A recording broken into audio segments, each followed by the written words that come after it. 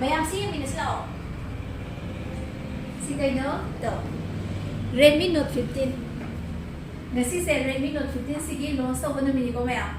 Phone se ki matik phajare magi launch tawbagi cake silai jare mayam.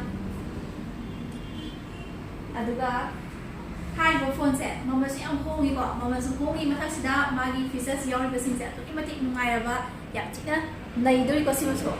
Adu masi se Redmi Note 15 sige launch tawbagi ai sida laksa mane mafam sida Kwakaichel MI store dani ko. MI store Kwakaichel da. Ado may magi si price na niya. At 128 na lising kun ga humdoy, aduga 256 na lising kun ga mga. Ya, china hongi ko, hong su hongi, duga potsi siyo mo, naibani ko, oise. Aduga may magi special features kara haijage ko.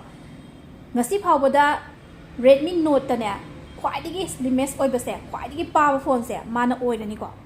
Aduga magi display se curve AMOLED display ore ko 108 megapixel ni camera se 4K video ka tayar ko aduga magi processor sina Snapdragon 6 Gen 3 ni ko battery na 5520 mAh ni ko aduga may am nungai ba paw ngano ni ko sige phone se launch ta boy da magta na every customer kudi magta handaki lakadori ba sunday si paw bogi manung da lakwa customer kudi magta sige cake se ammam present tawjagani na takpire mayam ado mayam hai bo phone se EMI to pini ga su 0% interest da dong jam dai ko hai bo ku dong sa ba sing se mayam nan to hun bigano aduna MI store ko picture sida mayam next ni ro si phone am se mayam to ai ba EMI facility ai ko 0% interest ni adu gi mathakta adongi account le te habi wani ngai letre pan aadhar ga ani sikhak pai bi ga dum lak piro adum putak